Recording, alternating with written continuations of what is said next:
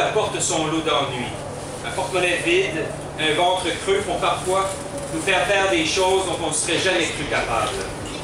Et on ne peut plus se payer le luxe d'agir selon la morale.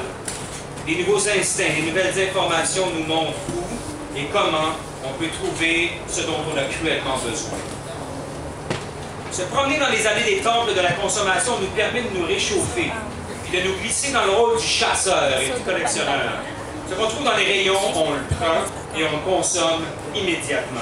C'est comme grignoter dans le jardin du voisin, cueillir des petits fruits dans un arbuste, ou trier les meilleures pommes dans un pommier.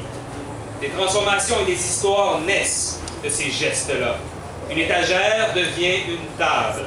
Une allée, un casse-croûte. Un supermarché devient un restaurant.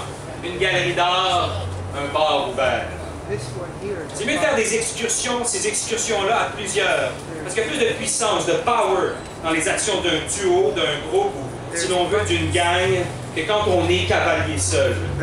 Une ou deux personnes distraient le personnel de sécurité pour couvrir les autres de la gang. La chasse est alors ouverte et on prend littéralement le magasin d'assaut comme des sauterelles. Il y en a parmi nous, surtout les jeunes, qui en profitent pour tester leurs limites, pour s'amuser. Voler dans un magasin, ça devient comme une pièce de théâtre bien réglée. Avec une bonne organisation, c'est facile de paralyser le système d'alarme d'un supermarché. Une fausse alarme déclenchée à répétition fait en sorte, la plupart du temps, que la direction de l'établissement désactive le système de surveillance électronique pour ne pas déranger ses clients. La porte est alors grande ouverte à un cambriolage d'envergure. Il faut quand même éviter les risques inutiles, surtout quand on agit seul.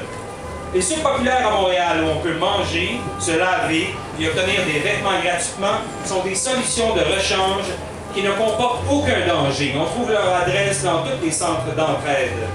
Ça ne vaut pas le coup non plus de voler des vêtements dans un magasin. On les trouve plus facilement dans les buanderies, dans les sécheuses laissées sans surveillance, sur le bord des piscines d'hôtels ou des lacs, et y attendent juste des nouveaux propriétaires. Comme on accorde de l'importance à une alimentation saine, c'est mieux de visiter des magasins de produits naturels.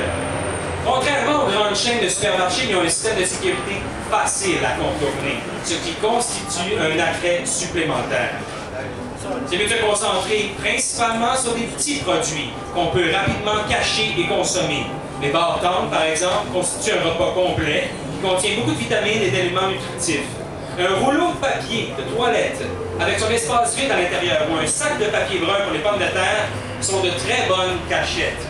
On peut mettre les produits de luxe dans le fond, au fond du sac, et les pommes de terre par-dessus. Le prix est ensuite calculé en fonction du poids supposé des pommes de terre.